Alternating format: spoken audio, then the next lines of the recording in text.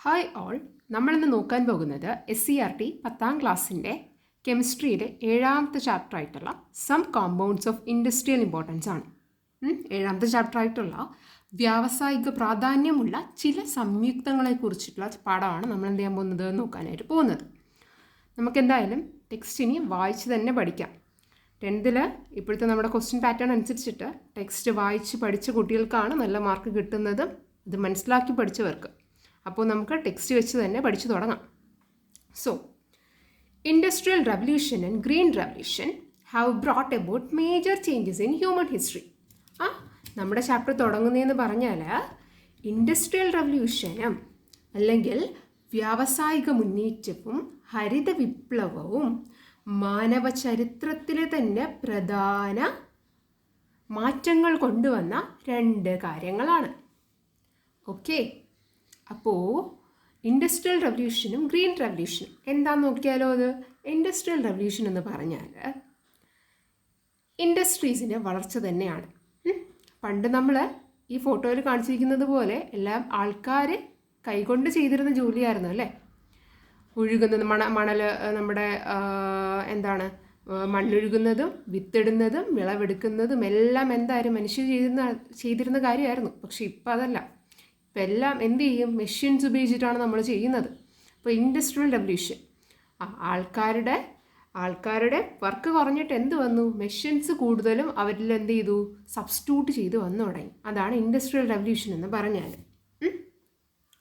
ഇൻഡസ്ട്രീസിൻ്റെ കടന്നുവരവ് അല്ലെങ്കിൽ വ്യാവസായികമായിട്ടുള്ള കടന്നുവരവിനെയാണ് നമ്മൾ എന്തെന്ന് പറഞ്ഞത്, ഇൻഡസ്ട്രിയൽ റവല്യൂഷൻ എന്ന് പറഞ്ഞത്. ഇനി അടുത്തത് ഗ്രീൻ റവല്യൂഷൻ. ഗ്രീൻ റവല്യൂഷൻ എന്ന് പറഞ്ഞാൽ നമ്മുടെ ഈ ഇൻഡസ്ട്രിയൽ റവല്യൂഷൻ്റെ ഒരു ബലം കൂടിയാണ് ഗ്രീൻ റവല്യൂഷൻ എന്ന് പറഞ്ഞാൽ. നമ്മുടെ ഇപ്പോൾ ഗ്രീൻ റവല്യൂഷനിലൂടെ പല സാധനവും ഹ്യൂജ് എമൗണ്ടിലാണ് ഉണ്ടാക്കിയെടുക്കുന്നത്. ഇപ്പോൾ പല ഫെർട്ടിലൈസേഴ്സും അതുപോലെ തന്നെ നല്ല നല്ല വിളവ് തരുന്ന വിത്തിനങ്ങളൊക്കെ നമ്മൾ എന്ത് ചെയ്തിട്ടുണ്ട്, കണ്ടുപിടിച്ചിട്ടുണ്ട്. അപ്പോൾ അത് വെച്ചിട്ട് നമുക്ക് വളരെ രീതിയിൽ ഇഷ്ടം പോലെ എന്ത് ചെയ്യാൻ പറ്റുന്നുണ്ട്, പ്രൊഡ്യൂസ് ചെയ്യാൻ പറ്റുന്നുണ്ട് സാധനങ്ങൾ. പണ്ട് ഒരു അസുഖം വന്നു കഴിയുമ്പോഴത്തേക്കും ചെടികൾ ഫുള്ള് നശിച്ചു പോകാറുണ്ട്. ഒരെണ്ണത്തിൽ കിട്ടിക്കഴിഞ്ഞാൽ ആ നെല്ല് മുഴുവൻ നശിച്ചു പോകാറുണ്ട്. പക്ഷേ ഇപ്പം അങ്ങനെയല്ല. നമുക്ക് എന്തെങ്കിലും ഒരു അസുഖം വന്നാൽ ഫെർട്ടിലൈസേഴ്സും അതുപോലുള്ള കീടനാശിനികളൊക്കെ ഉപയോഗിച്ച് കഴിഞ്ഞാൽ ഇപ്പോൾ നല്ല വിളവെടുക്കാൻ പറ്റുന്നുണ്ട്.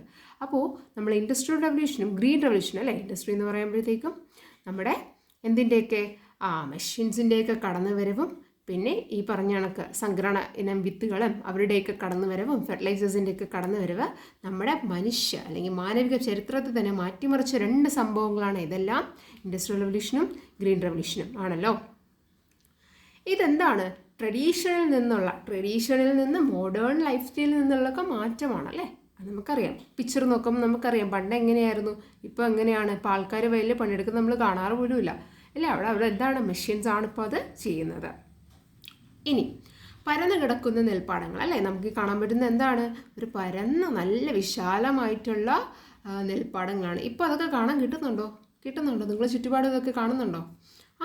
ഇപ്പോൾ അതിൽ മാറ്റം സംഭവിച്ചിട്ടുണ്ടോ മക്കളെ? ഉണ്ടല്ലേ. കുറേ ഇടത്തൊക്കെ ഇപ്പം നമുക്ക് കാണാൻ പോലും ഇല്ല. ഇപ്പം എല്ലാം കെട്ടിടങ്ങളാണ്. ശരി, ഇനി agriculture is something that man has learn from nature അല്ലേ. അഗ്രികൾച്ചർ എന്ന് പറയുന്നത് മനുഷ്യർ എന്ത് ചെയ്തതാണ്, പ്രകൃതിയിൽ നിന്ന് കണ്ടുപിടിച്ച കാര്യങ്ങളാണ്. Hours is A land of agricultural abundance അല്ലേ. നമ്മുടെ കാർഷിക സമൃദ്ധി എന്നാണ് നമ്മുടെ നാടിൻ്റെ ഒരു പ്രത്യേകതയാണ് എന്തെന്ന് പറയുന്നത്, കാർഷിക സമൃദ്ധി എന്ന് പറയുമ്പോഴത്തേക്ക്. The country has been able to achieve self-sufficiency in food through improved farming methods. നമ്മൾ സ്വയം പര്യാപ്തത നേടിയത് എന്തിലൂടെയാണ്, നല്ല രീതിയിലുള്ള ഫാമിംഗ് മെത്തേഡ്സ് അല്ലേ. നമ്മൾ കൃഷി രീതികൾ നല്ല രീതിയിൽ ചെയ്തത് കൊണ്ട് കൂടിയാണ് നമ്മളെ കൺട്രി ഇപ്പോൾ സെൽഫ് സഫിഷ്യൻ്റ് ആയിട്ട് അല്ലെങ്കിൽ സ്വയം പര്യാപ്തത, സ്വന്തമായിട്ട് ആഹാരമൊക്കെ നിർമ്മിക്കുന്ന അതിനാണ് സ്വയം പര്യാപ്തത എന്ന് പറയുന്നത്. നേടിയെടുത്ത കൺട്രിയാണ് നമ്മുടെ എന്ന് പറയുന്നത്. ഇതിന് പ്രധാന പങ്ക് വഹിച്ചത് ആരാണ്, നമ്മുടെ കെമിസ്ട്രിയാണ് അല്ലേ, നമ്മുടെ രസതന്ത്രമാണ് ഇതിന് പ്രധാന പങ്ക് വഹിച്ചത്. നമുക്കറിയാം എന്താണെന്ന്, ഫെർട്ടിലൈസേഴ്സ് പ്രോപ്പറായിട്ട് ചെടികളുടെ നല്ല രീതിയിലുള്ള വളർച്ചയ്ക്കും നല്ല വിളവ് ലഭിക്കുന്നതിനും വേണ്ടി നമ്മൾ എന്ത് ഉപയോഗിക്കാറുണ്ട്, ഫെർട്ടിലൈസേഴ്സ് ഉപയോഗിക്കാറുണ്ട് ആണല്ലോ. ഇനി നമ്മൾ ചാപ്റ്ററോട് പഠിക്കാൻ പോകുന്നതെന്ന് പറഞ്ഞാൽ ഇതുപോലുള്ള ഇൻഡസ്ട്രിയൽ ഇമ്പോർട്ടൻസ് ഉള്ള കുറച്ച് കോമ്പോണൻസ് ആണ്. അത് നമ്മുടെ ഫെർട്ടിലൈസേഴ്സൊക്കെ നമുക്ക് പഠിക്കാനുണ്ട്. അതിൻ്റെ യൂസും അതെങ്ങനെയാണ് നിർമ്മിക്കുന്നതും എന്നാണ് ഈ ചാപ്റ്ററിലൂടെ മെയിൻലി പഠിക്കാൻ പോകുന്നത്. ഓക്കെ, ഓരോ സാധനത്തിൻ്റെയും ഓരോ കമ്പൗണ്ട്സിൻ്റെയും യൂസ് പഠിക്കാറുണ്ട് നമ്മൾ. അത് നിർമ്മിക്കുന്നത് എങ്ങനെയാണ്, ലബോറട്ടറിയിൽ നിർമ്മിക്കുന്നതും പഠിക്കുന്നുണ്ട്. ഇനി എന്ത് വ്യാവസായികപരമായിട്ട് ഇപ്പോൾ തന്നെ നമുക്ക് വലിയ കൃഷിയിടമൊക്കെ എന്ത് ചെയ്യണം, അത്രത്തോളം എന്ത് വേണം, ഫെർട്ടിലൈസേഴ്സൊക്കെ അത്രത്തോളം വേണമല്ലേ. ഇതിപ്പോൾ നമ്മൾ ഒരു ഇച്ചിരി പാത്രം എടുത്ത് ഉണ്ടാക്കിക്കൊണ്ടിരുന്നത് നമുക്ക് തികയോ ഇല്ല. അത് വ്യാവസായികപരമായിട്ട് ഇഷ്ടംപോലെ ഉണ്ടാക്കണം. അപ്പോൾ അതും കൂടെ നമ്മൾ എന്ത് ചെയ്യുന്നുണ്ട്, ഈ ചാപ്റ്ററിലൂടെ പഠിക്കുന്നുണ്ട്. സോ ഫസ്റ്റ് നമുക്ക് കുറച്ചും കൂടെ കാര്യങ്ങൾ ചോദിച്ചിരുന്നുണ്ട്. What are the elements essential for the growth of plants? നമ്മുടെ ചെടികളുടെ വളർച്ചയ്ക്ക് വേണ്ടി അല്ലെങ്കിൽ ആവശ്യമായിട്ടുള്ള എലമെൻറ്റ്സ് എന്തൊക്കെയെന്നാണ് ചോദിച്ചിരിക്കുന്നത്. എന്തൊക്കെ മൂലകങ്ങളാണ്, എന്തൊക്കെ എലമെൻറ്റ്സ് ആണെന്ന് അറിയാമോ? നമ്മുടെ ചെടികൾക്ക് ഓക്സിജൻ വേണം അല്ലേ. പിന്നെ എന്തൊക്കെ അറിയാം നിങ്ങൾക്ക്? കാർബൺ ഡൈ ഓക്സൈഡ് ആണ് മസ്റ്റ് അല്ലേ. കാർബൺ ഡൈ ഓക്സൈഡ് അല്ലേ പ്രധാനപ്പെട്ടത്. കാരണം നമ്മൾ പുറത്തുവിടുന്ന ഓക്സിജൻ ആരാ സ്വീകരിക്കുന്നത്? നമ്മുടെ ഈ പ്ലാന്റ്സ് ആണ് റിസീവ് ചെയ്യുന്നത് അല്ലേ. അതുപോലെ കുറച്ച് എലമെൻറ്റ്സ് എന്തിനു വേണം? അതിപ്പോൾ ഗ്യാഷ്യസ് ഫോമിലുള്ളതായിരിക്കാം അല്ലെങ്കിൽ സോളിഡ് ഫോമിലുള്ളതായിരിക്കാം. നമുക്ക് എന്ത് ചെയ്യണം, വേണം. ശരി. On the basis of examining the presence of acids, bases and salts in the soil, necessary remedial measures are taken before cultivation. ഇനി നമ്മൾ കൃഷി ചെയ്യുന്ന രീതിയെക്കുറിച്ചിട്ടാണ് ഇവിടെ തുടങ്ങിയത്. നമ്മളൊരു കൃഷി ചെയ്യുമ്പോൾ ആ മണ്ണ് ആദ്യം എന്ത് ചെയ്യണം, പരിശോധിക്കണം. അവിടെ എന്തെല്ലാം ഉണ്ടോ എന്ന് പരിശോധിക്കണം. കൃത്യമായിട്ടുള്ള ആസിഡ്, ബേസസ്, സോൾട്ട്സ് ഉണ്ടെന്ന് എന്ത് ചെയ്യണം, നമ്മൾ മണ്ണിൽ പരിശോധിക്കണം. ഇൻ കേസ് എന്തെങ്കിലും ഒന്ന് കുറവാണെങ്കിൽ, ആസിഡോ ബേസോ അല്ലെങ്കിൽ എന്തെങ്കിലും ഒന്ന് കൂടുതലാണെങ്കിൽ നമ്മൾ എന്ത് ചെയ്യും, റെമഡിയൽ മെഷേഴ്സ് എടുക്കും അല്ലേ. റെമഡിയൽ മെഷേഴ്സ് എന്ന് പറഞ്ഞാൽ എന്താണ്? പരിഹാര പ്രവർത്തനങ്ങൾ എന്ത് ചെയ്യും, നമ്മൾ അതിനു വേണ്ടി ചെയ്യും അല്ലേ. ഇപ്പോൾ ആസിഡ് കുറവാണെങ്കിൽ നമുക്ക് ഇച്ചിരി ആസിഡ് മണ്ണിൽ ഇലവണം. അത് വേണമെങ്കിൽ എന്ത് ചെയ്യും, നമ്മൾ കുറച്ച് ആ ഒരു സാധനം അല്ലെങ്കിൽ ആസിഡ് എന്ന് പറയുന്ന സാധനം എന്ത് ചെയ്യും, ആഡ് ചെയ്ത് കൊടുക്കും. അതുപോലെ this helps agricultural crops to grow well and give maximum അല്ലേ. മണ്ണ് നല്ലതാണെങ്കിൽ എന്ത് ചെയ്യും, നമുക്ക് നല്ല രീതിയിലുള്ള ഗ്രോത്ത് അല്ലേ, ചെടി നല്ല രീതിയിൽ വളരുകയും ചെയ്യും. അതുമാത്രമല്ല നമുക്ക് എന്ത് ചെയ്യും, നല്ല രീതിയിൽ പരമാവധി വിളവ് എന്ത് ചെയ്യും, ലഭിക്കും അല്ലേ. Let us get familiar with the industrial production of some chemicals that are important in agricultural and industrial fields and characteristics of fertilizers, acids and bases. ശരി, നമ്മൾ ഇന്ന് നോക്കാൻ പോകുന്നത് പറഞ്ഞാൽ കുറച്ച് കെമിക്കൽസിൻ്റെ ഇൻഡസ്ട്രിയൽ പ്രൊഡക്ഷൻ. ഞാൻ പറഞ്ഞില്ലേ വ്യാവസായികമായിട്ട് ഇഷ്ടംപോലെ ഉണ്ടാക്കിയെടുക്കണ്ടേ, അതിനെക്കുറിച്ചിട്ടും അതുമാത്രമല്ല ഇത് നമ്മുടെ അഗ്രികൾച്ചറിനും ഇൻഡസ്ട്രിയൽ ഫീൽഡിലും ഉള്ള ഇമ്പോർട്ടൻസുമാണ്. ഈ കെമിക്കൽസിൻ്റെ ഇമ്പോർട്ടൻസുമാണ്. പിന്നെ കുറച്ച് ഫെർട്ടിലൈസേഴ്സിൻ്റെയും ആസിഡ്സിൻ്റെയും ബേസിസിൻ്റെയും സ്വഭാവം കൂടി നമ്മൾ ഇതിലൂടെ പഠിക്കുന്നുണ്ട്. ഫസ്റ്റ് നമ്മൾ നോക്കാൻ പോകുന്നതാണ് അമോണിയ. ഓക്കെ, അമോണിയയെ നമ്മൾ റെപ്രസെൻ്റ് ചെയ്യുന്നതാണ് എന്തോന്ന് പറയുന്നത്, NH3 എന്ന് പറഞ്ഞിട്ടാണ് നമ്മൾ എന്ത് ചെയ്യുന്നത്, അമോണിയയെ റെപ്രസെൻ്റ് ചെയ്യുന്നത്. ഓക്കെ, അമോണിയയുടെ ഫോർമുല എന്താണ്, NH3. എന്താണ് അമോണിയ എന്ന് ചോദിച്ചാൽ എന്താണ്, അതൊരു കെമിക്കലാണ്. അതെന്താണ്, ഒരു കെമിക്കലാണ്. Used for the production of nitrogenous fertilisers which are required for the growth of plants. എന്താണ് അമോണിയ എന്ന് ചോദിച്ചാൽ നമ്മുടെ സസ്യങ്ങൾക്ക് അല്ലെങ്കിൽ സസ്യങ്ങളുടെ വളർച്ചയ്ക്ക് ആവശ്യമായിട്ടുള്ള നൈട്രജൻ വളങ്ങൾ നിർമ്മിക്കാൻ ഉപയോഗിക്കുന്ന രാസവസ്തുവാണെന്തോന്ന്, നമ്മൾ അമോണിയ എന്ന് പറയുമ്പോഴത്തേക്കും മനസ്സിലായോ. അമോണിയ എന്ന് പറയുന്നത് ഒരു കെമിക്കലാണ്. എന്തുണ്ടാക്കുന്നതിന് വേണ്ടിയിട്ടാണ്, കുറച്ച് വളങ്ങൾ ഉണ്ടാക്കുന്ന നൈട്രജൻ ചേർന്നിട്ടുള്ള വളങ്ങൾ ഉണ്ടാക്കുന്ന കെമിക്കലാണ് അമോണിയ എന്ന് പറയുന്നത്. അത് നമ്മുടെ പ്ലാന്റ്സിൻ്റെ ഗ്രോത്തിന് ഇമ്പോർട്ടൻ്റ് ആയിട്ടുള്ളൊരു ഘടകമാണ്. ഇനി അമോണിയൊക്കെ എങ്ങനെയാണ് നമ്മൾ നിർമ്മിക്കുന്നതെന്നാണ് അടുത്ത നോക്കാൻ പോകുന്നത്. ഓക്കെ, ഒരു എക്സ്പെരിമെൻറ്റ് ചെയ്ത് നോക്കാമെന്നാണ് പറയുന്നത്. ആദ്യം എന്ത് ചെയ്യണം, കുറച്ച് അമോണിയ നമ്മൾ എടുക്കണം. അമോണിയം ക്ലോറൈഡ് എടുക്കണം. NH4Cl ആണ് അമോണിയം ക്ലോറൈഡ് എന്ന് പറയുന്നത്. വാച്ച് ഗ്ലാസ്സിൽ എടുക്കണം. നമ്മുടെ ഈ ട്യൂബ് പോലുള്ള ബോട്ടിൽ കാണില്ലേ, ആ ഒരു ഗ്ലാസ്സാണ് വാച്ച് ഗ്ലാസ് എന്ന് പറയുന്നത്. അതെന്ത് ചെയ്യണം, അതിൽ നമ്മൾ NH4Cl ആദ്യം എടുക്കണം. എന്നിട്ട് കുറച്ച് കാൽഷ്യം ഹൈഡ്രോക്സൈഡ് അല്ലേ, CaOH2 എന്ത് ചെയ്യണം, ആഡ് ചെയ്യണം. എന്നിട്ട് ഒരു ഗ്ലാസ് റോഡ് വെച്ചിട്ട്, ഒരു ഗ്ലാസ് പോലത്തെ ഒരു തവി വെച്ചിട്ട് എന്ത് ചെയ്യണം, നമ്മളതിനെ മിക്സ് ചെയ്യണം. എന്നിട്ട് നിങ്ങളോട് പറയുവാണ് അതിൻ്റെ കളറും മണവും ഒന്ന് ഒബ്സേർവ് ചെയ്യാനായിട്ട് പറയുക. നിങ്ങളിത് മിക്സ് ചെയ്യുന്ന സമയത്ത് ഉണ്ടാകുന്ന ഒരു അമോണിയം ഗ്യാസ് ഉണ്ടാവും കേട്ടോ. നിങ്ങൾ നോക്കുമ്പോഴത്തേക്കും ആ ബീക്കറിൽ കൂടെ ഇവിടെ കൂടെ എന്ത് ചെയ്യും, കുറച്ച് ഗ്യാസ് എന്ത് ചെയ്യും, പുറത്തോട്ട് വരും ചെറുതായിട്ട്. അപ്പോൾ അതിൻ്റെ കളറും അതിൻ്റെ മണവും നിങ്ങളോട് നോക്കാനായിട്ടാണ് പറഞ്ഞത്. നിങ്ങളതിലെ കളർ നോക്കും. നിങ്ങൾക്ക് നിറം കാണാൻ കഴിയുമോ? നിറം ഉണ്ടാവോ ഇല്ലയോ? ശരിക്കും പറഞ്ഞാൽ എന്താണ്? നിറം ഉണ്ടാവില്ല കേട്ടോ. എന്താണ്? It's A no. കളർ എന്ന് ചോദിച്ചാൽ കളർ ഉണ്ടോ എന്ന് ചോദിച്ചാൽ എന്താ പറയുക? ഇല്ല. പക്ഷേ നിങ്ങളോട് ചോദിക്കും ഓഡർ അല്ലെങ്കിൽ ഗന്ധം, മണമുണ്ടോ എന്ന് ചോദിക്കും. നിങ്ങളത് ആ ഒരു ബീക്കറിൻ്റെ അവിടെ വെച്ചിട്ട് മണത്ത് നോക്കുന്ന സമയത്ത് നിങ്ങൾക്ക് ഒരു പഞ്ചൻ്റ് സ്മെല്ലാണ് ഫീൽ ചെയ്യുന്നത്. ഒരു രൂക്ഷമായിട്ടുള്ള ഒരു ഗന്ധം നിങ്ങൾക്ക് എന്ത് ചെയ്യും മക്കളെ? ഫീൽ ചെയ്യാറുണ്ട്. ഓക്കെ, ഇനി moist blue and red litmus paper are shown above the watch glass. എന്നിട്ട് ഞാൻ പറഞ്ഞില്ലേ, ഈ വാച്ച് ഗ്ലാസിൻ്റെ തുമ്പിൽ എന്ത് ചെയ്യും? നമ്മൾ ലിറ്റ്മസ് പേപ്പർ നമ്മൾ കേട്ടിട്ടുണ്ടായിരിക്കുമല്ലോ. നമ്മൾ ആസിഡും ബേസൊക്കെ അറിയാൻ ഉപയോഗിക്കുന്നതാണ് എന്തോന്ന് പറയുന്നത്? ലിറ്റ്മസ് പേപ്പർ എന്ന് പറയുമ്പോഴത്തേക്ക്. അപ്പം നമ്മൾ ആ വാച്ച് ഗ്ലാസിൻ്റെ ടോപ്പ് ഭാഗത്ത് എന്ത് കൊണ്ടുവെക്കും? Litmus paper കൊണ്ടുവെക്കും. ചെറിയൊരു നനവുള്ളൊരു ലിറ്റ്മസ് പേപ്പർ എന്ത് ചെയ്യും മക്കളെ? കൊണ്ടുവയ്ക്കും. അപ്പം നിങ്ങളോടൊരു ക്വസ്റ്റ്യൻ ചോദിക്കുകയാണ്, what litmus paper change in colour? ഏത് ലിറ്റ്മസ് പേപ്പറിലാണ് കളർ മാറ്റം ഉണ്ടാവുന്നതെന്നാണ് നിങ്ങളോട് ചോദിച്ചിരിക്കുന്നത്. ഏതിലായിരിക്കും? നമുക്ക് നോക്കിയാലോ. നമ്മൾ ഫസ്റ്റ് നീല ലിറ്റ്മസ് പേപ്പറും ചുവപ്പ് ലിറ്റ്മസ് പേപ്പറും എടുത്ത് നോക്കും. ആദ്യം വെച്ച് നോക്കും. അപ്പം നിങ്ങൾ നോക്കുമ്പോഴത്തേക്കും റെഡ് ലിറ്റ്മസ് പേപ്പറാണ് എന്ത് ചെയ്യുന്നത്? നിങ്ങൾക്കൊരു കളർ മാറ്റം കാണാൻ കഴിയുന്നത്. റെഡ് ലിറ്റ്മസ് പേപ്പർ അവിടെ കൊണ്ട് അതിൻ്റെ തുമ്പിൽ മറ്റേ വായുടെ അവിടെ കൊണ്ട് വെക്കുമ്പോഴത്തേക്കും അത് എന്ത് കളറായി മാറുമെന്നറിയാമോ? Changes to blue. എന്തായി മാറും? Changes to blue. ബ്ലൂ കളറായി മാറും. നമ്മൾ പണ്ടത്തെ ക്ലാസ്സിലൊക്കെ പഠിച്ചിട്ടുണ്ട്. ഈ റെഡ് ലിറ്റ്മസ് പേപ്പർ ബ്ലൂ ആവുന്നത് നമ്മൾ എന്ത് സ്വഭാവമാണെന്ന് കാണിക്കുന്നതെന്ന് പറഞ്ഞിട്ടുണ്ട്. ബേസിൻ്റെ സ്വഭാവമാണ് അല്ലേ? Very good. അപ്പം എന്താണ്? ബേസ് അല്ലേ? ബേസിക് സ്വഭാവമാണ് എപ്പോഴും എന്ത് ചെയ്യുന്നത് മക്കളെ? റെഡ് ലിറ്റ്മസിനെ ബ്ലൂ കളറാക്കി മാറ്റുന്നത്. ഓക്കെ, റെഡ് ലിറ്റ്മസ് എന്തായി മാറും മക്കളെ? ബ്ലൂ ആയിട്ട് മാറുന്നത്. ഓക്കെ, അങ്ങനെയാണെങ്കിൽ ആസിഡ് ആണെങ്കിൽ എന്തായി മാറും മക്കളെ? ബ്ലൂ ലിറ്റ്മസ് പേപ്പർ എന്തായി മാറും? റെഡായി മാറും അല്ലേ? അപ്പം നമുക്കിവിടെ നിന്നൊരു കാര്യം മനസ്സിലായി. ആ വരുന്ന അമോണിയം ഗ്യാസിൻ്റെ സ്വഭാവം എന്താണ്? ബേസിക് ആണെന്ന് മനസ്സിലായി. ആണല്ലോ? ആണ്. ശരി, ഇതിൽ നിങ്ങളോട് ചോദിച്ചിരിക്കുന്ന ഈ ക്വസ്റ്റ്യൻ എന്ന് പറഞ്ഞാൽ എന്ത് സ്വഭാവമാണ് അതിൻ്റെ കളർ, ആ ലിറ്റ്മസ് പേപ്പറിൻ്റെ കളർ മാറ്റാൻ കാരണമായി? നമ്മൾ പറഞ്ഞല്ലോ എന്ത് സ്വഭാവമാണ്? ബേസിക് നേച്ചർ അല്ലേ? ബേസിക് സ്വഭാവമാണ്. Very good. ശരി,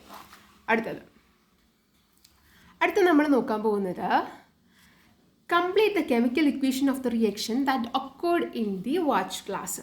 ഈ വാച്ച് ഗ്ലാസ് നമ്മൾ നോക്കിയല്ലോ. അതിൽ എന്ത് തരം കെമിക്കൽ റിയാക്ഷനാണ്? ഒരു സാധനം ചേരുമ്പോഴത്തേക്കും വേറെ പലതും ഉണ്ടാവുന്നത് കൊണ്ടാണല്ലോ ഗ്യാസ് പുറത്തോട്ട് വന്നത്. അതെന്താണെന്നാണ് ചോദിച്ചത്. നമ്മൾ ഓൾറെഡി എന്തെടുത്തിട്ടുണ്ടായിരുന്നു? 2 അമോണിയം ക്ലോറൈഡും പിന്നെ കാൽഷ്യം ഹൈഡ്രോക്സൈഡും എടുത്തിട്ടുണ്ടായിരുന്നു അല്ലേ? നമ്മൾ ഓൾറെഡി പറഞ്ഞിട്ടുണ്ടായിരുന്നു. അവർ തമ്മിൽ ചേരുമ്പോഴത്തേക്കും ആരൊക്കെ ഉണ്ടാവുമെന്ന് നമുക്കറിയാമോ? ഇവിടെ ആദ്യം ഉണ്ടാകുന്നത് CaCl2 എന്ന് പറയുന്നതാണ് ആദ്യം ഉണ്ടാകുന്നത്. CaCl2. പിന്നെ ആരുണ്ടാവുമെന്നറിയാമോ? നമ്മളെ വെള്ളമുണ്ടാവും. 2H2O വാട്ടർ ഉണ്ടാവും. 2H2O ഉണ്ടാവും. 2 വെള്ളമുണ്ടാകും. അത് കഴിഞ്ഞ് ഉണ്ടാകുന്നതാണ് ആര്? നമ്മുടെ NH3. ആരാണ്? നമ്മുടെ അമോണിയ. അതും എത്ര എണ്ണം ഉണ്ടാവും? 2 എണ്ണം ഉണ്ടാവും.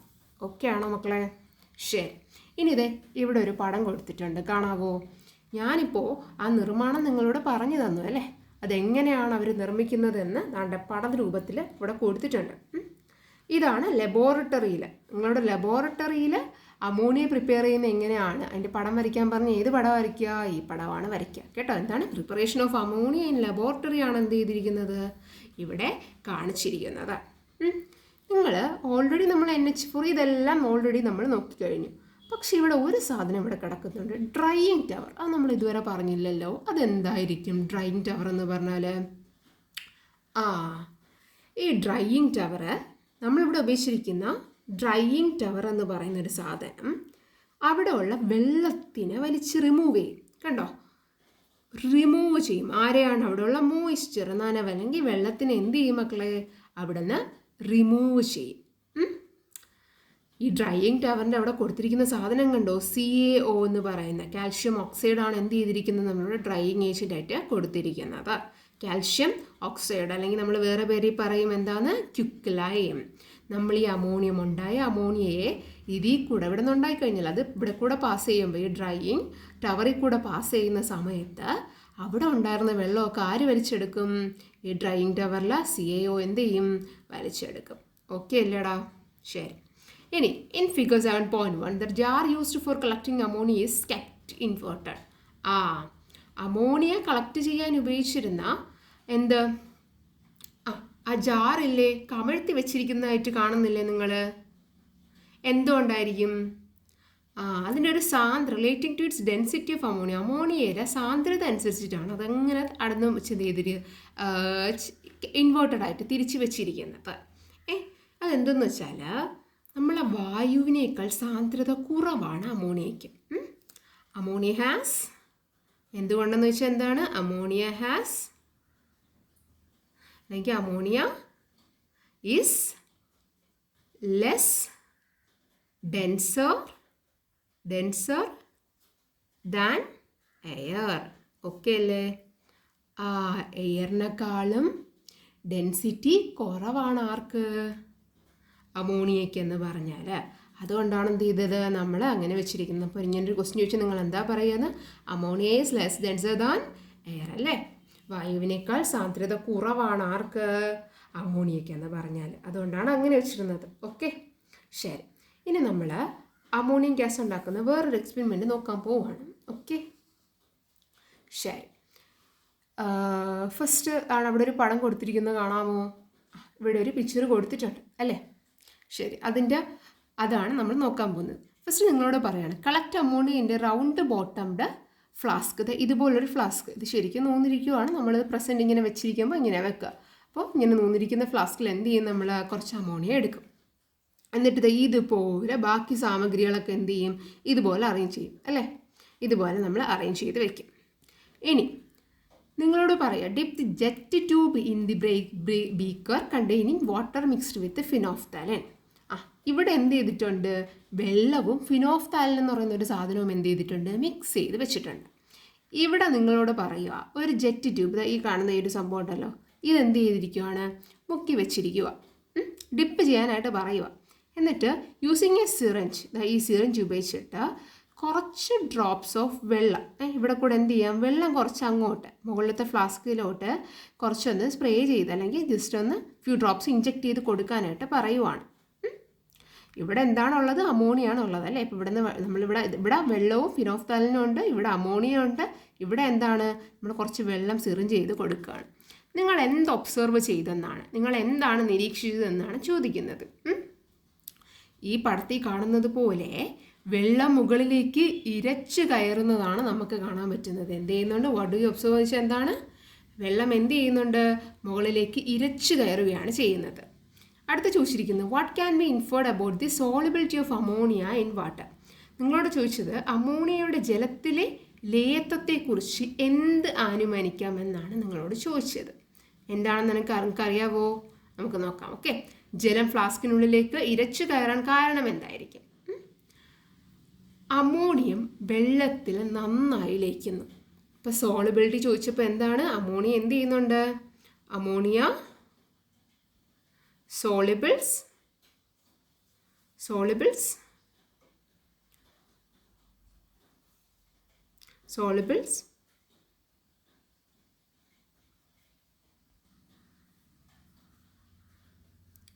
very well in the water അല്ലേ?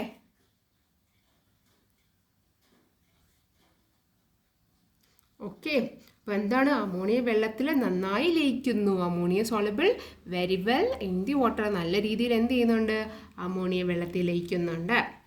ഇനി ഫ്ലാസ്കിൽ ഇരച്ചു കയറാൻ കാരണം എന്താണെന്ന് ചോദിച്ചില്ലേ? എന്തുകൊണ്ടെന്ന് വെച്ചാൽ ഫ്ലാസ്കിലെ പ്രഷർ എന്താണ്? കുറവാണ്.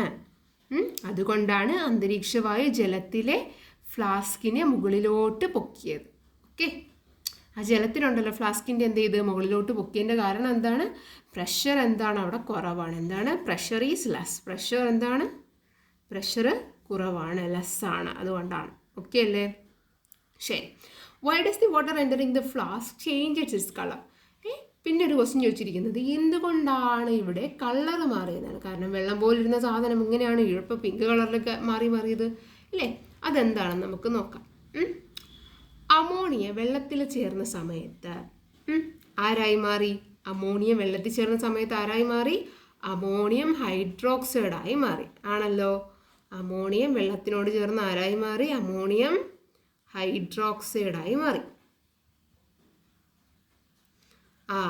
ഇവിടെ നമ്മൾ ഓൾറെഡി ഒരു ഫിനോഫ്താലിൻ എന്ന് പറയുന്ന സാധനം ആഡ് ചെയ്തിട്ടില്ലേ?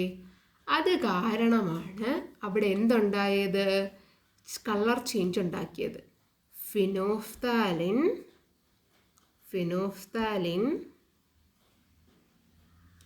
caused the color change. ഫിനോഫ്താലിനാണ് എന്ത് ചെയ്തത്? കളർ മാറ്റത്തിൻ്റെ കാരണക്കാരൻ. ഈ ഫിനോഫ്താലിൻ കളർ മാറിയത് എന്തുകൊണ്ടാണ് നമുക്ക് നോക്കാം. ഫിനോഫ്താലിൻ എന്ന് പറയുന്നത് ഒരു സൂചകമാണ്, അല്ലെങ്കിൽ ഒരു ഇൻഡിക്കേറ്റർ ആണ്. Okay, phenolphthalein is an indicator which is colourless when comes in contact with neutral or acidic substances. നമ്മളിപ്പോൾ നോക്കുമ്പോൾ സമയത്ത് ഇപ്പോൾ ന്യൂട്രലോ അസിഡിക് സ്വഭാവമുള്ള സബ്സ്റ്റൻസുമായിട്ട് ഈ ഫിനോഫ്താലിൻ കൂട്ടിമുട്ടുമ്പോഴോ ടച്ച് ചെയ്യുമ്പോഴോ എന്ത് പറ്റും? അവിടെ കളർ ഉണ്ടാവാറില്ല, നിറമുണ്ടാവാറില്ല.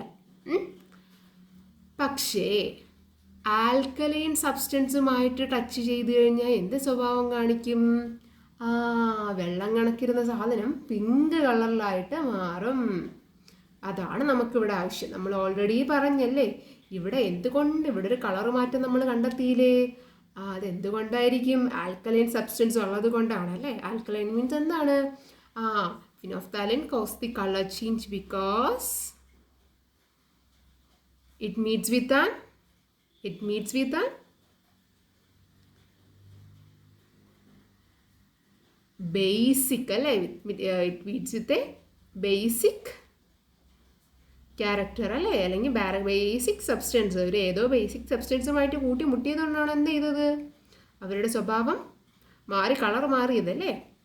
ഇവിടുത്തെ ബേസിക് ആരാണ്? അമോണിയ. യെസ്, നമ്മൾ ഓൾറെഡി നോക്കിക്കഴിഞ്ഞു. ഇവിടുത്തെ ബേസ് ആരാണ്? Ammonia. Which property of ammonia is responsible for this change in colour? Basic സ്വഭാവമാണ് എന്തിന് കാരണം? ഈ കളർ മാറ്റത്തിനുള്ള കാരണക്കാരൻ അല്ലേ. മനസ്സിലായോ നമുക്ക്? ശരി, ഇനി അടുത്ത് നമുക്ക്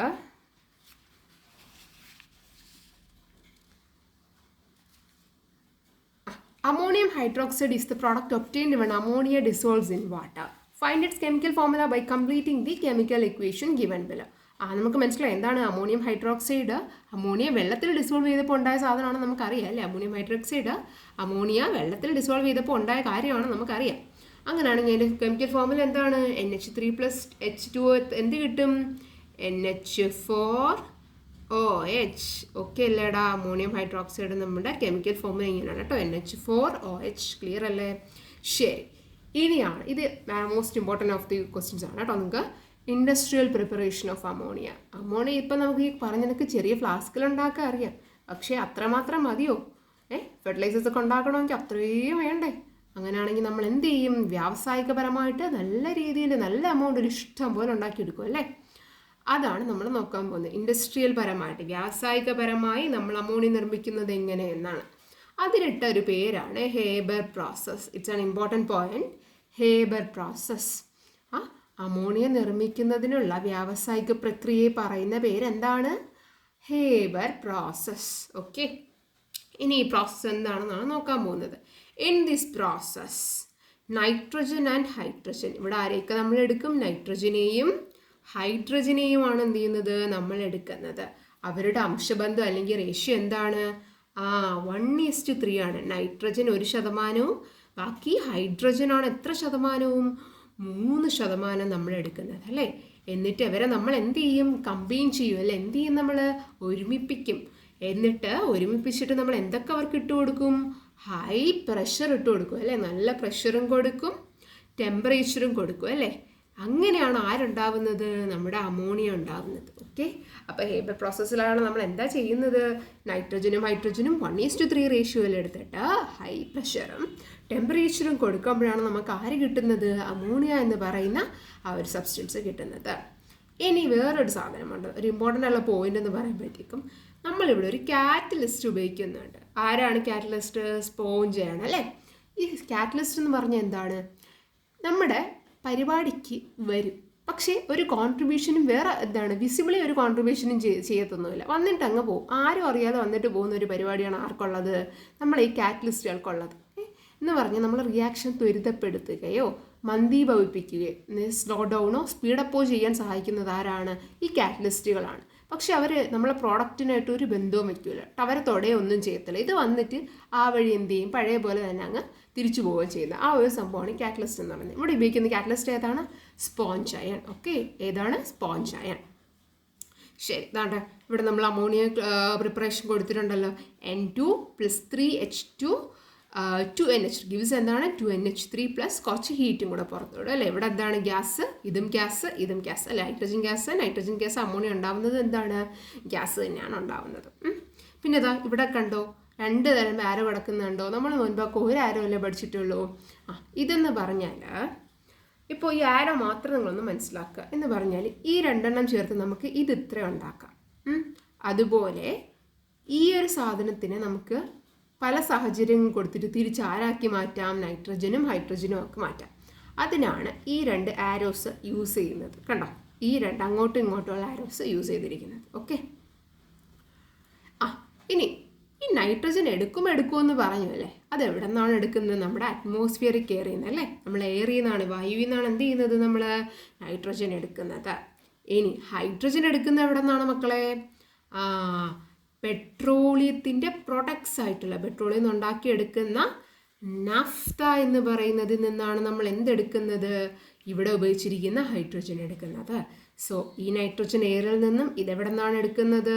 നാഫ്തയിൽ നിന്നാണ് അല്ലേ. നാഫ്തയിൽ നിന്നാണ് എടുക്കുന്നത്.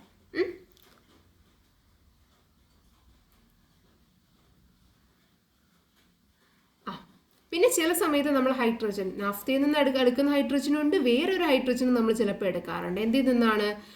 വെള്ളത്തിൻ്റെ ഇലക്ട്രോളിസിസ് വഴി ഉണ്ടാക്കിയെടുക്കുന്ന ഹൈഡ്രജൻ നമ്മൾ എന്ത് ചെയ്യാറുണ്ട്? എടുക്കാറുണ്ട്. നൈട്രജൻ എപ്പോഴും എയറിൽ നിന്ന് തന്നെയാണ് എടുക്കുന്നത്. പക്ഷേ ഹൈഡ്രജൻ ഏതൊക്കെ കേസിൽ നിന്ന് എടുക്കാം? ഒന്ന് നാഫ്ത, ഒന്ന് എന്തിലൂടെയാണ്? വാട്ടറിൻ്റെ ഹൈഡ്രോളിസിസ് വഴി എന്ത് ചെയ്യും? നമ്മൾ ഹൈഡ്രജൻ എടുക്കും. ഇനി നമുക്ക് ശരിക്കും പറഞ്ഞാൽ ഹേബർ പ്രോസസ്സിൽ കൂടെ ഉണ്ടാകുന്ന അമോണിയ എന്തായിരിക്കും? ഗ്യാസ് ആയിരിക്കും അല്ലേ. അപ്പം the ammonia produced by Haber process is liquefied. എന്ത് ചെയ്യും? നമ്മൾ വെള്ളമാക്കി മാറ്റും അല്ലേ. അതിനെന്ത് ചെയ്യും?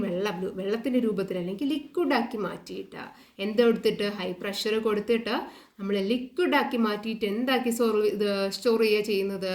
ലിക്വിഡ് അമോണിയ ആയിട്ട് സ്റ്റോർ ചെയ്ത് വെക്കുകയാണ് ചെയ്യുന്നത്. ഓക്കെ അല്ലേ. ഇനി liquid ammonia is A concentrated acute solution of ammonia. ഇനി നമ്മൾ നോക്കാൻ പോകുന്ന ലിക്വിഡ് അമോണിയ എന്ന് പറയുന്ന ഒരു സാധനമാണ്. അമോണിയയുടെ ഗാഢജലീയ ലായനിയാണ് എന്തെന്ന് പറയുന്നത്? ലിക്വിഡ് അമോണിയ എന്ന് പറയുന്നത്. ഓക്കെ, എന്താണ് ലിക്വിഡ് അമോണിയ എന്ന് പറയുന്നത്? ഈ ലിക്വിഡായിട്ട് ഓൾറെഡി നമ്മൾ സൊല്യൂഷൻ എടുത്ത് വെച്ചിരിക്കില്ല, അത് നല്ല വേറെ വെള്ളമൊന്നും ചേർക്കാതെ നല്ല രീതിയിൽ കോൺസെൻട്രേറ്റഡ് ആയിട്ട് അമോണിയ തന്നെയാണ് കൂടുതലുള്ളത്. അതിനെയാണ് നമ്മൾ എന്തെന്ന് വിളിച്ചത്? ലിക്വിഡ് അമോണിയ എന്ന് വിളിച്ചത്. ഇനി നമ്മുടെ അടുത്ത് ഇവിടെ ജസ്റ്റ് പറഞ്ഞിരിക്കുന്നത് അമോണിയം ഗ്യാസ് നമുക്ക് എന്ത് ചെയ്യാം? പെട്ടെന്ന് തന്നെ എന്ത് ചെയ്യാൻ പറ്റും മക്കളെ? ലിക്വിഫൈഡ് അല്ലെങ്കിൽ വെള്ള രൂപേണ ആക്കി എടുക്കാൻ പറ്റും. എന്ത് കൊടുക്കുമ്പോൾ? ഹൈ പ്രഷർ കൊടുത്തു കഴിഞ്ഞാൽ ആക്കാൻ പറ്റും എന്നൊരു പോയിന്റാണ് കൊടുത്തിരിക്കുന്നത്. ഇനി ലിക്വിഫൈഡ് അമോണിയയെ നമ്മൾ എന്തെന്നും കൂടെ വിളിക്കും? ലിക്വിഡ് അമോണിയ എന്ന് വിളിക്കും. ഓക്കെ, ലിക്വിഫൈഡ് അമോണിയയുടെ വേറെ പേരാണ് എന്തോന്ന്? ലിക്വിഡ് അമോണിയ എന്ന് വിളിക്കുന്നത്. ശരി, ഇനി നമ്മൾ നോക്കാൻ പോകുന്നതാണ് യൂസ് ഓഫ് അമോണിയ. ഉപയോഗം നോക്കണ്ടേ? അതും കൂടെ വേണ്ടേ? വേണം അല്ല. യൂസ് ഓഫ് അമോണിയാണ് നോക്കാൻ പോകുന്നത്. എന്തിനൊക്കെ വേണ്ടിയിട്ടാണ്? നമ്മൾ ഓൾറെഡി പറഞ്ഞു, ഫെർട്ടിലൈസറിന് വേണ്ടിയാണ് എന്ത് ചെയ്തത്? നമ്മൾ അമോണിയ ഉണ്ടാക്കി എടുക്കുന്നത്. കെമിക്കൽ ഫെർട്ടിലൈസേഴ്സ് ആയിട്ടുള്ള അമോണിയം സൾഫേറ്റും അമോണിയം ഫോസ്ഫേറ്റും യൂറിയ ഉണ്ടാക്കാൻ ആര് വേണം? നമുക്ക് അമോണിയ വേണം അല്ലേ. പിന്നെ എന്തായിട്ട് നമ്മൾ ഉപയോഗിക്കും? റെഫ്രിജറൻ്റ് ആയിട്ട് യൂസ് ചെയ്യും. ശീതീകാരിയായിട്ട് എന്ത് ചെയ്യും? നമ്മൾ ഈ അമോണിയ യൂസ് ചെയ്യും. എന്തായിട്ട്? റെഫ്രിജറൻ്റ് ആയിട്ട്. അത് മാത്രമല്ല, അടുത്തത് നമ്മൾ നൈലോൺ, റയോൺ പോലുള്ള കൃത്രിമ നാരുകൾ മനുഷ്യരുണ്ടാക്കുന്ന സാധനമാണ് എന്തെന്ന്? കൃത്രിമ ആർട്ടിഫിഷ്യൽ ഫൈബേഴ്സാണ് ആരെന്ന് പറയുന്നത്? നൈലോൺ, റയോൺ എന്നൊക്കെ പറയുന്നത്. അതിൻ്റെ നിർമ്മാണത്തിന് ആര് യൂസ് ചെയ്യും? നമ്മൾ അമോണിയ യൂസ് ചെയ്യും. അത് പിന്നെ അടുത്തത് നമ്മൾ പെട്രോളിയം ശുദ്ധീകരിക്കാൻ, പെട്രോളായിട്ട് തന്നെ കിട്ടണ്ടേ? നമ്മളെ പ്രകൃതിയിൽ പെട്രോളായിട്ടല്ല നമുക്ക് കിട്ടുന്നത്, വേറെ രൂപത്തിലാണ് കിട്ടുന്നത്. അപ്പോൾ അതിനെ ശുദ്ധീകരിച്ച് പെട്രോളാക്കി മാറ്റാനും എന്ത് യൂസ് ചെയ്യും? നമ്മൾ അമോണിയ യൂസ് ചെയ്യും. പിന്നെ as the main raw material in the industrial preparation of nitric acid. Okay, Ostwald പ്രോസസ്സിലൂടെ നമ്മൾ നൈട്രിക് ആസിഡ് നിർമ്മിക്കാൻ വേണ്ടിയിട്ട്, ഇൻഡസ്ട്രിയൽ പരമായിട്ട് നൈട്രിക് ആസിഡ് നിർമ്മിക്കാൻ വേണ്ടിയിട്ട് ഉപയോഗിക്കുന്ന ഒരു അസംസ്കൃത റോ മെറ്റീരിയലാണ് എന്തെന്ന് പറയുന്നത്, ആ ഒരു വസ്തുവാണ് നമ്മുടെ അമോണിയ എന്ന് പറയുമ്പോഴത്തേക്ക്. ക്ലിയർ അല്ലേ? പിന്നെ ഇവിടെ നമ്മുടെ ഹേബർ പ്രോസസ്സിൻ്റെ കണ്ടുപിടിച്ച സയൻറ്റിസ്റ്റ് ആരൊക്കെയാണെന്ന് കൊടുത്തിട്ടുണ്ട്. ഇൻഡസ്ട്രിയൽ പ്രിപ്പറേഷൻ ഓഫ് അമോണിയയ്ക്ക് കാരണമായിട്ടുള്ള അത് കണ്ടെത്തിയ 2 ആൾക്കാർ കൊടുത്തിട്ടുണ്ട്, ഫ്രിറ്റ്സ് ഹേബറും കാൾ ബോഷും. ഓക്കെ, അതുമാത്രമല്ല അവർക്ക് എന്ത് കിട്ടിയിട്ടുണ്ട്, നോബൽ പ്രൈസും കിട്ടിയിട്ടുണ്ടായിരുന്നു 2 പേർക്കും.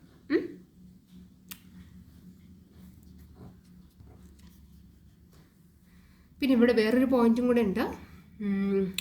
പല രാജ്യത്തിനും ഫുഡ് സെക്യൂരിറ്റി അല്ലേ, അല്ലെങ്കിൽ അവർക്ക് സ്വന്തമായിട്ട് തന്നെ ഭക്ഷ്യസുരക്ഷ ഉറപ്പുവരുത്താൻ സഹായിച്ച ഒരു കാര്യമാണ് എന്തെന്ന് പറയുന്നത്, ഹേബർ പ്രോസസ്സ് എന്ന് പറഞ്ഞാൽ. ഓക്കെ, ഹേബർ പ്രോസസ്സ് എന്ന് പറഞ്ഞാൽ കേട്ടോ. അപ്പോൾ ത്രൂ ഗ്രീൻ റെവല്യൂഷൻ്റെ ഭാഗമാണല്ലോ ഹേബർ പ്രോസസ്സ്. ഫെർട്ടിലൈസേഴ്സ് ഒക്കെ നല്ല രീതിയിൽ ഇട്ട് എന്ത് ചെയ്യും, നല്ല രീതിയിൽ നല്ല എമൗണ്ട് ആയിട്ട് എന്തുണ്ടാകും, നമുക്ക് ഈൽഡ് ഉണ്ടാവും അല്ലേ. അപ്പോൾ അതിന് സഹായിച്ച ഒരു പ്രക്രിയയാണ് എന്തോന്ന്, ഹേബർ പ്രോസസ്സ് എന്ന് പറയുമ്പോഴത്തേക്കും. ശരി, ഇനി അടുത്ത് നമുക്ക് ബാക്കി നോക്കാം. ടേക്ക് സം അമോണിയം ക്ലോറൈഡിൻ്റെ ടെസ്റ്റ് ട്യൂബ്. എന്ത് ചെയ്യാൻ പറഞ്ഞിരിക്കുവാണ്, അമോണിയം ക്ലോറൈഡ് ഒരു ടെസ്റ്റ് ട്യൂബിൽ എടുക്കുക, എന്നിട്ട് ലിറ്റിൽ സോഡിയം ഹൈഡ്രോക്സൈഡ് സൊല്യൂഷൻ ചെയ്ത് ടെസ്റ്റ് ട്യൂബ്, എന്നിട്ട് കുറച്ച് ഹൈഡ്രോക്സൈഡ് സൊല്യൂഷൻ അതിലോട്ട് ഇടാനായിട്ട് പറയുക. Observe the colour and odour of the gas produced. എന്നിട്ട് നിങ്ങളോട് പറയുകയാണ് എന്ത് തരത്തിലുള്ള ഗ്യാസാണ് പ്രൊഡ്യൂസ് ചെയ്തത് എന്നൊക്കെ ചോദിച്ചിരിക്കുവാണ്. നമുക്കിത് ഫില്ല് ചെയ്യുമ്പോൾ അതിൻ്റെ ആൻസർ എഴുതാൻ പറ്റും. അപ്പോൾ പിന്നെ ജസ്റ്റ് ഒന്ന് വായിച്ചു പോകാം. Bring A most red litmus paper two the mouth of the test tube. ഒരു മോയിസ്റ്റ് ആയിട്ടുള്ള ഒരു നനഞ്ഞൊരു റെഡ് ലിറ്റ്മസ് പേപ്പർ അതിൻ്റെ വായിൽ കൊണ്ട് കാണിക്കുക. എന്നിട്ട് ടെസ്റ്റ് ട്യൂബ് ചെറുതായിട്ടൊന്ന് ഹീറ്റാക്കുക. Then introduce a glass rod dipped in conc. പിന്നെ കോണിൽ ഡിപ്പ് ചെയ്തിട്ടുള്ള ഒരു ഗ്ലാസ് റോഡ് എന്ത് ചെയ്യണം, അവിടെ കൊണ്ട് കാണിക്കണം. Hydrochloric acid, concentrated hydrochloric acid. Okay, concentrated ആയിട്ടുള്ള ഹൈഡ്രോക്ലോറിക് ആസിഡിൽ മുക്കിയ ഒരു റോഡ് എന്ത് ചെയ്യണം, ആ ടെസ്റ്റ് ട്യൂബിൻ്റെ മൗത്തിൻ്റെ അവിടെ കൊണ്ട് കാണിക്കണം. എന്നിട്ട് ഒബ്സർവ് ചെയ്യാണ് പറഞ്ഞിരിക്കുന്നത്. ഓക്കെ, നിങ്ങളവിടെ ഒബ്സർവ് ചെയ്ത കളർ ഓഫ് ദി ഗ്യാസ് എന്താണെന്നറിയാമോ? എന്തെങ്കിലും കളർ നിങ്ങൾ ഒബ്സർവ് ചെയ്യോ? ഇല്ല, നോ കളർ. ഓക്കെ, എന്തില്ല, നോ കളർ കേട്ടോ. ഇനി മണം എന്തായിരിക്കും? നമ്മൾ നേരത്തെ പറഞ്ഞ സാധനം തന്നെ, എന്താണ്, പഞ്ചൻറ്റ് സ്മെല്ല് അല്ലേ. എന്ത് സ്മെല്ല്? Pungent smell. അടുത്തത് change in colour of the moist red litmus paper shown to the mouth of the tube. എന്തായിരിക്കും മാറുന്നത്? Yes, red litmus turns to blue അല്ലേ. Red litmus turns blue. അടുത്ത name of the gas produced. എന്ത് name of gas, ഏത് തരത്തിലുള്ള സ്വഭാവമായിരിക്കും? Nature of the gas എന്തായിരിക്കും മക്കളെ? ബേസിക് നേച്ചർ ആയിരിക്കും. Very good. So what did you observe when the glass rod dipped in concentrated hydrochloric acid was shown to the mouth of the tube? എന്തായിരിക്കും നിങ്ങൾ കാണുന്നത്? നിങ്ങൾക്ക് നല്ല കട്ടിയായിട്ടുള്ള വെള്ളപ്പുക ഉണ്ടാകുന്നതായിട്ട് നിങ്ങൾക്ക് കാണാൻ പറ്റും കേട്ടോ. എന്തെന്ന് വെച്ചാൽ തിക്ക് കട്ടിയായിട്ടുള്ള വൈറ്റ് വെള്ള ഫ്യൂംസ് പുക ഉണ്ടാകുന്നതായിട്ട് എന്ത് ചെയ്യാൻ പറ്റും, നിങ്ങൾക്ക് കാണാൻ പറ്റും. Fumes formed. ഓക്കെ അല്ലേ? ശരി, ഇനി NH3 + HCl രണ്ടും കൂടെ ചേരുമ്പോൾ അവിടെ ഉണ്ടാകുന്നത് എന്തായിരുന്നു? NH4Cl എന്ന് പറയുന്നതാണ് ഇവിടെ ഉണ്ടാകുന്നത്. ഓക്കെ, ക്ലിയർ അല്ലേ? ശരി, ഇനി നമുക്ക് let us do an experiment using showing the chemical reaction between ammonia and hydrogen chloride in a glass tube. ഇനി ഒരു ഗ്ലാസ് ട്യൂബിൽ അമോണിയവും ഹൈഡ്രജൻ ക്ലോറൈഡും കൂടെ ഉണ്ടാക്കുന്ന ഒരു കെമിക്കൽ റിയാക്ഷനാണ് നമ്മളിവിടെ നോക്കാൻ പോകുന്നത്. ഇവിടെ കണ്ടോ, ഇത് തന്നെയാണ്, ജസ്റ്റ് ഒന്ന് രൂപം മാറ്റി കൊടുത്തിരിക്കുന്നതേ ഉള്ളൂ. രണ്ടിടത്ത് നമ്മൾ ക്ലോസ് ചെയ്തിട്ടുണ്ട്. പിന്നെ അതവിടെ കോട്ടൺ ഡിപ്ഡ് ഇൻ HCl. ഒരു എന്താണ്, ഒരു കോട്ടൺ ഇല്ലേ, നമ്മുടെ കോട്ടൺ കണക്കത്തെ സാധനം. ആ പഞ്ഞി എന്ത് ചെയ്യും, നമ്മൾ HCl മുക്കിയിട്ട് ഇവിടെ കൊണ്ട് വെച്ചിരിക്കുക. എന്നിട്ട് ഇവിടെ നമ്മൾ അമോണിയം സൊല്യൂഷനിൽ മുക്ക് ചെയ്തിട്ടുള്ള പഞ്ഞി എന്ത് ചെയ്യാണ് ഇവിടെ വെച്ചിരിക്കുക. കുറച്ച് കഴിഞ്ഞ് നോക്കുമ്പോഴത്തേക്ക് നമുക്കിവിടെ തിക്ക് വൈറ്റ് ഫ്യൂംസ് ഫോം ചെയ്തതായിട്ട് കാണാൻ പറ്റും. ഈ റിയാക്ഷൻ തന്നെയാണ് NH4Cl ഇവിടെ ഉണ്ടായ ആ തിക്ക് വൈറ്റ് ഫ്യൂംസ് ആണ് ഇതെന്ന് പറയുമ്പോഴത്തേക്കും NH4Cl എന്ന് പറയുമ്പോൾ. Okay, place cotton dipped in HCl at one end and other piece of cotton dipped in ammonium solution at the other end of the glass tube. ഇതുപോലെ such that these are well inside the glass tube അല്ലേ. നല്ല രീതിയിൽ നമ്മൾ എന്ത് ചെയ്തിട്ടുണ്ട്, glass ട്യൂബിൽ വെച്ചിട്ടുണ്ട്. രണ്ട് എൻഡും close both ends of the glass tube with cork വെച്ച് എന്ത് ചെയ്യണം, അടച്ചിരിക്കുക അല്ലേ. ഇനി ഒബ്സർവ് ദി ചേഞ്ച് എന്നാണ് ചോദിച്ചിരിക്കുന്നത്. അപ്പോൾ എന്ത് ചെയ്ത് നമ്മളൊന്ന് ഓൾറെഡി നോക്കിയതുപോലെ എന്താണ് വൈറ്റ് ഫ്യൂംസ് അവിടെ ഉണ്ടായി കിട്ടി അല്ലേ. അതെന്ത് ഫ്യൂംസ് ആണ്, NH4Cl. വൈറ്റ് ഫ്യൂംസ് ഫോം ചെയ്ത് നിങ്ങൾ ശ്രദ്ധിച്ചില്ലേ, എന്തുകൊണ്ടാണ്? It is due to the formation of ammonium chloride അല്ലെ. അമോണിയം ക്ലോറൈഡ് ഉണ്ടായതുകൊണ്ടാണ്. ആരൊക്കെ ചേർന്ന് HCl-ഉം NH3 ഗ്യാസും കൂടെ ചേർന്ന് അമോണിയം ക്ലോറൈഡ് ഉണ്ടായത് കൊണ്ടാണ് അല്ലേ. അതുകൊണ്ടാണ് which sticks on the walls of the glass tube. Glass ട്യൂബിൻ്റെ വോളിൽ എന്ത് ചെയ്തിരിക്കുന്നത്, സ്റ്റിക്ക് ചെയ്തിരിക്കുന്നതായിട്ടാണ് നമുക്ക് തോന്നിയത്. ശരി, ഇനി അടുത്ത് നമ്മൾ അതിൻ്റെ കുറച്ച് കണ്ടിന്യൂഷൻ അല്ല കുറച്ച് കാര്യങ്ങൾ നോക്കാൻ പോവാം. When the glass tube is heated, ആ ഗ്ലാസ് ട്യൂബ് നമ്മൾ ഹീറ്റ് ചെയ്യണ സമയത്ത് ദ അമോണിയം ക്ലോറൈഡ് ഡീകമ്പോസസ്. എന്ത് ചെയ്യുമെന്നാണ് പറയുന്നത്, അമോണിയം ക്ലോറൈഡ് എന്ത് ചെയ്യപ്പെടും, ഡീകമ്പോസ് ചെയ്യപ്പെടും അല്ലേ. എന്ത് ചെയ്യും, വിഘടിക്കുന്നു, സെപ്പറേറ്റ് ആവുന്നു എന്നാണ് നമ്മളിതിലൂടെ നോക്കുന്നത്. Write the chemical equation of the formation of ammonium chloride. Ammonium chloride ഉണ്ടായ കെമിക്കൽ ഇക്വേഷൻ എന്താണ് നമ്മൾ ഓൾറെഡി എഴുതിയതാണ്. NH3 plus HCl gives NH4Cl, isn't it? Yes. So ഇനി what are the reactants in this reaction? Reactant എന്ന് പറഞ്ഞാൽ ആരാണ്, നമ്മുടെ left സൈഡിൽ കാണുന്നവരാണ് എപ്പോഴും എന്ത് റിയാക്റ്റൻസ് അല്ലേ. റൈറ്റ് സൈഡിൽ ഉണ്ടാക്കുന്നത് ആരായിരിക്കും, പ്രോഡക്ട്സ് ആയിരിക്കും അല്ലേ. നമ്മളിപ്പോൾ ഈ ഒരു ആരോ ഇട്ടതിൻ്റെ ലെഫ്റ്റ് സൈഡിൽ കാണുന്നതാണ് ആരെന്ന് പറയുന്നത്, റിയാക്റ്റൻസ് എന്ന് പറഞ്ഞത്. റൈറ്റ് സൈഡിൽ ആരും വരുന്നത്, നമ്മുടെ പ്രോഡക്ട്സും വരുന്നത്. ഉൽപ്പന്നം റൈറ്റ് സൈഡിലും റിയാക്റ്റൻസ് ആയിട്ടുള്ള അല്ലെങ്കിൽ അഭികാരകങ്ങൾ എവിടെയായിരിക്കും, ലെഫ്റ്റ് സൈഡിലായിരിക്കും. അപ്പോൾ ഇവിടെ എത്ര റിയാക്റ്റൻസ് ഉണ്ട്, 2 അല്ലേ, 1 2. ആരൊക്കെയാണ് അപ്പോൾ റിയാക്റ്റൻസ്, NH3-യും HCl-ഉം അല്ലേ. ശരി, ഇവിടെ ഉണ്ടായ പ്രോഡക്റ്റ് എന്താണ്, NH4Cl. Yes. A reaction in which reactants are converted to product is called forward reaction. ഇനി എന്താണ് ഫോർവേഡ് റിയാക്ഷൻ, എന്താണ് മക്കളെ ഫോർവേഡ് റിയാക്ഷൻ? ഒരു റിയാക്ഷൻ നടക്കുന്ന സമയത്ത് റിയാക്റ്റൻസ് ഒരു പ്രോഡക്റ്റ് അല്ലെങ്കിൽ പ്രോഡക്ട്സ് ആയിട്ട് മാറുന്ന ആ ഒരു റിയാക്ഷനാണ് നമ്മൾ എന്തെന്ന് വിളിച്ചത്, ഫോർവേഡ് റിയാക്ഷൻ. ഓക്കെ, റിയാക്റ്റൻസ് വെച്ചിട്ട് പ്രോഡക്റ്റ് ഉണ്ടാകുന്നതിനാണ് എന്തെന്ന് വിളിച്ചത്, ഫോർവേഡ് റിയാക്ഷൻ വിളിച്ചത്. കണ്ട, reaction in which reactants are converted to what, products അല്ലേ. അതിനാണ് എന്തെന്ന് വിളിച്ചത്, ഫോർവേഡ് റിയാക്ഷൻ എന്ന് വിളിച്ചത്. അങ്ങനെയാണെങ്കിൽ കെമിക്കൽ ഇക്വേഷൻ എഴുതാനാണ്, ഡീകമ്പോസിഷൻ അമോണിയം ക്ലോറൈഡ് സെപ്പറേറ്റ് ആയില്ല, അതിൻ്റെ കെമിക്കൽ ഇക്വേഷൻ എഴുതാനാണ് നിങ്ങളോട് പറഞ്ഞിരിക്കുന്നത്. അത് എഴുതിയാൽ മതി, ഇത് തന്നെയാണ് സെയിം സാധനം. ഓക്കെ, അടുത്ത് a reaction in which products are converted to reactants is called backward reaction. ഇനി ഇത് ഒരു സാധനം എന്ത്, forward reaction. What is this, backward reaction. അവിടെ നമ്മൾ മറ്റേ 2 ആരോ ഒക്കെ കണ്ടില്ലേ, അത് ഇതിൻ്റെ ഒരു സിംബോളിഫിക്കേഷനാണ് അവിടെ കൊടുത്തിരുന്നത്. അപ്പോൾ എന്താണ് ബാക്ക്വേർഡ് റിയാക്ഷൻ, ഇത് വെച്ചിട്ട് നമ്മൾ തിരിച്ചാരെ ഉണ്ടാക്കിയെടുക്കും, റിയാക്സൻസിന് അല്ലെങ്കിൽ റിയാക്റ്റൻസിനെ ഉണ്ടാക്കിയെടുക്കുന്ന അല്ലെങ്കിൽ മാറ്റുന്ന പ്രക്രിയയാണ് എന്തെന്ന് വിളിച്ചത്, ബാക്ക്വേർഡ്, പുറകിലോട്ടുള്ള റിയാക്ഷൻ. ക്ലിയർ അല്ലേ?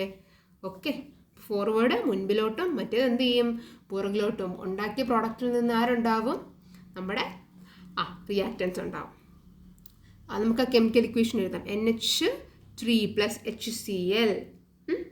എന്നിട്ട് എന്ത് കിട്ടി നമുക്ക്, NH4Cl. ഇനിയാണ് നോക്കാൻ പോകുന്നത്. കണ്ടോ, ഈ 2 ആരോ എന്തിനാ ഉദ്ദേശിക്കുന്നതാണ്, 2 ഡയറക്ഷനിലോട്ടും റിയാക്ഷൻസ് ഉണ്ടാവുകയാണെങ്കിൽ, റിയാക്ഷൻ നടക്കുകയാണെങ്കിൽ നമ്മൾ എന്ത് ചെയ്യുന്നത്, ഈ ഒരു ആരോ ഉപയോഗിക്കുന്നത്. ഇതിന് നമ്മൾ എന്തെന്ന് വിളിക്കും, റിവേഴ്സിബിൾ റിയാക്ഷൻ എന്ന് വിളിക്കും. Okay, reactions taking place in both directions simultaneously are called reversible reaction എന്ന് വിളിക്കും. രണ്ടിടത്തും ഒരുപോലെ നടക്കുന്ന റിയാക്ഷൻ എന്തെന്ന് വിളിക്കും, നമ്മൾ റിവേഴ്സിബിൾ റിയാക്ഷൻ എന്ന് വിളിച്ചു. അപ്പോൾ നമ്മൾ ഫോർവേഡ് റിയാക്ഷൻ നോക്കി, ബാക്ക്വേർഡ് റിയാക്ഷൻ നോക്കി, ആൻഡ് നെക്സ്റ്റ് എന്താണ്, റിവേഴ്സിബിൾ റിയാക്ഷൻ. രണ്ടും കൂടെ ചേർന്ന് വരുന്നതിന് എന്തെന്ന് വിളിക്കും, റിവേഴ്സിബിൾ റിയാക്ഷൻ എന്ന് വിളിക്കും.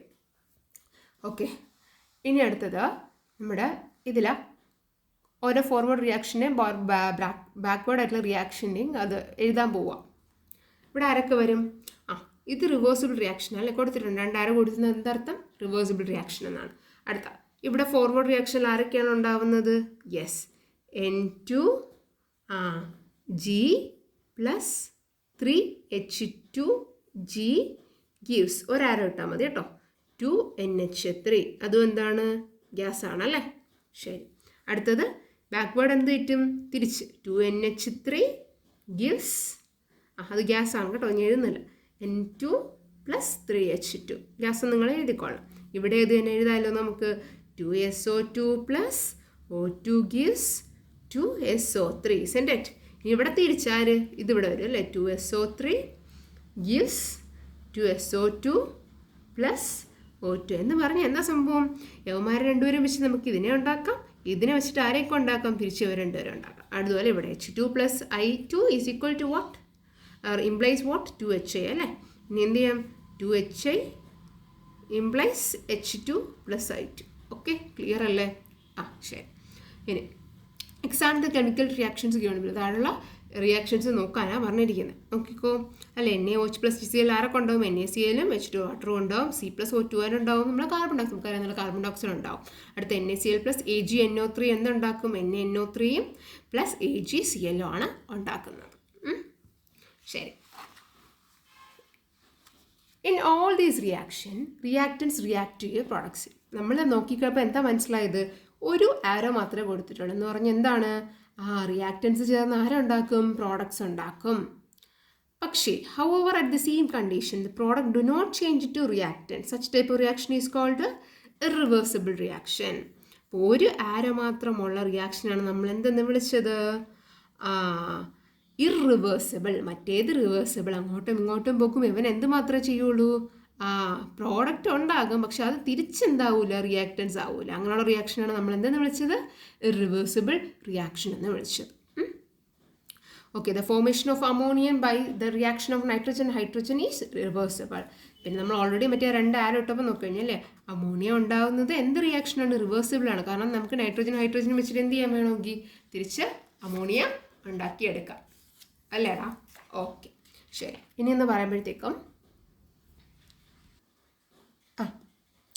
അപ്പോൾ നമ്മളിവിടെ ഗ്രാഫ് നോക്കാനാണ് പറഞ്ഞത്.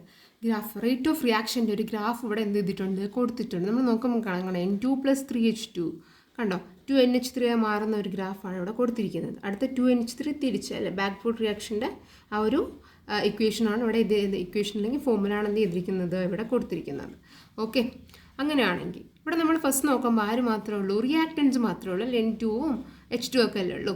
റിയാക്റ്റൻസ് മാത്രമേ എന്തുള്ളൂ? ഫസ്റ്റ് ഉണ്ടായിരുന്നു. അപ്പോൾ ചോദിച്ചിരിക്കുകയാണ് ഏത് ഡയറക്ഷനിലാണ് ആ സമയത്ത് റിയാക്ഷൻ നടന്നുകൊണ്ടിരുന്നത്? ഏത് ദിശയിലോട്ടായിരിക്കും? ഫോർവേഡ് അല്ലേ, ഫ്രണ്ടിലോട്ടായിരുന്നു എന്ത് ചെയ്തുകൊണ്ടിരുന്നത്? റിയാക്ഷൻ ഉണ്ടായിക്കൊണ്ടിരുന്നത്.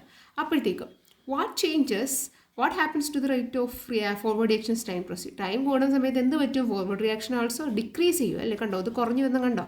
ഫോർവേഡ് റിയാക്ഷൻ എന്ത് ചെയ്യുവാണ്? ഡിക്രീസ് ചെയ്ത് വരുവാണ്. അങ്ങനെയാണെങ്കിൽ നമ്മൾ കോൺസെൻട്രേഷൻ ഓഫ് പ്രോഡക്ട്സ് കണ്ടോ കുറച്ചൊന്ന് കൂട്ടി കൊടുക്കുന്ന സമയത്ത് എന്ത് പറ്റും? നമ്മുടെ കെമിക്കൽ റിയാക്ഷൻ്റെ കോൺസെൻട്രേഷൻ എന്ത് ചെയ്യുന്നുണ്ട്? ഇൻക്രീസ് ചെയ്യുന്നുണ്ട്, കുറേ കൂടി സാധനം ഉണ്ടാകുന്നുണ്ട്. അടുത്തത് റേറ്റ് ഓഫ് ബാക്ക്വേർഡ് റിയാക്ഷൻ നോക്കുന്ന സമയത്ത് നമുക്ക് കാണാൻ പറ്റും അതിൽ ഇൻക്രീസ് ഉണ്ടോ? ബാക്ക്വേർഡ് റിയാക്ഷൻ കണ്ടോ കൂടുന്നുണ്ടോ? ഇൻക്രീസ് ഉണ്ടാകുന്നുണ്ട്. സമയം കൂടുന്നതനുസരിച്ച് ബാക്ക്വേർഡ് റിയാക്ഷൻ എന്ത് ചെയ്യുന്നുണ്ടോ? കൂടുന്നുണ്ടോ? ഇനി ഐഡൻറ്റിഫൈ ചെയ്യാൻ പറഞ്ഞിരിക്കുകയാണ് ഒരു പോയിന്റ്. കാരണം രണ്ടും ഈ ഒരു പോയിന്റ് കണ്ടോ, എവിടെയാ? ഇവിടെ ഈ ഒരു പോയിന്റ് കണ്ടോ? ഈ ഒരു പോയിന്റിലെത്തുമ്പോൾ രണ്ടും എന്ത് ചെയ്യുകയാണ്? ഒരു ഇക്വിലിബ്രിയം പൊസിഷനിലെത്തുവാണ്. ആ ഒരു പോയിന്റിൻ്റെ പേരാണെന്ന് തോന്നുന്നു ഇക്വിലിബ്രിയം പോയിന്റ്. രണ്ടും ഒരേ എടുത്ത് ഈക്വലായിട്ട് നിൽക്കുന്ന പോയിന്റാണെന്ന് തോന്നുന്നു ഇക്വിലിബ്രിയം പോയിന്റ് എന്ന് പറയുമ്പോൾ. ഇനി എന്താണ് കെമിക്കൽ റിയാക്ഷൻ? ഫോർവേഡ് റിയാക്ഷനും ബാക്ക്വേർഡ് റിയാക്ഷനും ഒരുപോലെ നടക്കുവാണെങ്കിലാണ് നമ്മൾ എന്തെന്ന് പറയുന്നത്? അതിനെ കെമിക്കൽ ഇക്വിലിബ്രിയം എന്ന് പറയാം. അത് പഠിച്ചു വെച്ചോളാം. ഓക്കെ, ഇനി നമ്മൾ നോക്കാൻ പോകുന്നത് ലേ ഷാറ്റിയറിൻ്റെ ഒരു പ്രിൻസിപ്പിളാണ്. അദ്ദേഹം പറയുന്നുണ്ട് നമ്മൾ കോൺസെൻട്രേഷനോ പ്രഷറോ ടെമ്പറേച്ചറോ ഒരു ഇക്വിലിബ്രിയത്തിലായിരുന്നു. നമ്മളിപ്പോൾ നമുക്ക് ഇക്വിലിബ്രിയത്തിലായിരുന്നു എല്ലാത്തിൻ്റെ ഒരു സാധനത്തിൽ. നമ്മൾ ഇത്രയും മാറ്റാൻ നോക്കിക്കഴിഞ്ഞാൽ എന്ത് ചെയ്യും? അവർ സ്വന്തമായിട്ട് നള്ളിഫൈ ചെയ്യും. എന്ത് മാറ്റം വന്നാലും സ്വന്തമായിട്ട് നള്ളിഫൈ ചെയ്തിട്ട് പുതിയൊരു ഇക്വിലിബ്രിയത്തിൽ നിൽക്കും. അതാണ് ലേ ഷാറ്റിയർ പ്രിൻസിപ്പിൾ. ഓക്കെ, ഇനി നമുക്ക്